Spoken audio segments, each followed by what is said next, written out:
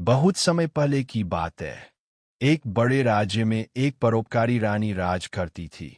वह प्रजा से बहुत प्रेम करती थी और न्यायप्रिय होने के कारण सब उसे माँ कहकर पुकारते थे। रानी हर रोज दरबार में प्रजाजन की समस्याएं सुनती और उनकी मदद करती। एक दिन दरबार में एक वृद्ध साधु आया। उसके वस्त्र फटे हुए थे, चेहरा धूल से भरा हुआ, लेकिन आंखों में तेज और वाणी में मधुरता थी। साधु ने रानी से कहा, महारानी, मैं वर्षों से तपस्या कर रहा हूँ। संसार ने मुझे बहुत ठुकराया है। आज मैं देखना चाहता हूँ कि क्या इस राज्य में सचमुच धर्म और करुणा है या नहीं। रानी ने विनम्र होकर उत्तर दिया, पूज्यवर, यह राज्य आपका है। आप जैसा कहें मैं वैसा ही करूंगी। पहली परीक्षा धन की।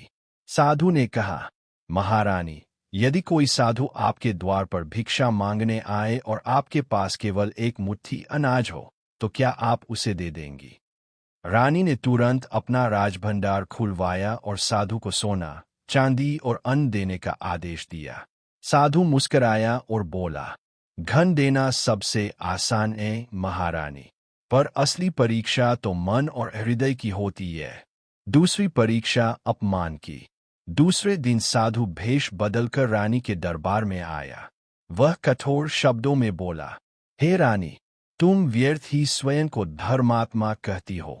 तुम्हारा राज्य पाप से भरा हुआ है। तुम योग्य नहीं हो। सारा दरबार चकित रह गया। सैनिक साधु को दंड देना चाहते थे, लेकिन रानी ने उन्हें रोका और शांति से बोली, यदि किसी में दोष है तो वह मेरा है। मैं आपकी कठोर वाणी को आशीर्वाद समझकर स्वीकार करती हूँ।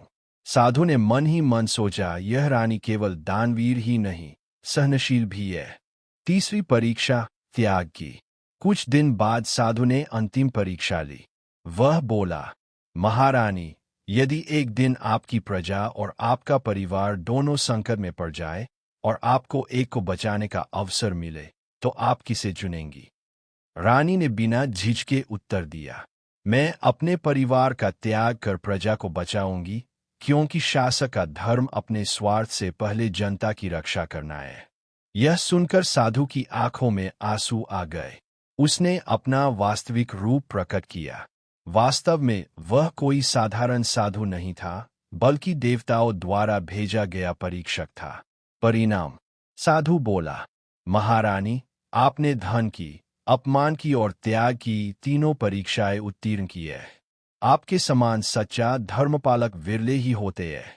आपका राज्य सदैव समृद्ध रहेगा। इतना कहकर साधु आशीर्वाद देकर अंतर्धान हो गया। शिक्षा, मोरल। इस लोक कथा से हमें यह सीख मिलती है कि सच्चा धर्म केवल दान देने में नहीं, बल्कि सहनशीलता, त्याग और निष्पक्षता में है। जो शासक या मनुष्य इन गुणों को अपनाता है, वही सच्चे अर्थों में महान कहलाता है।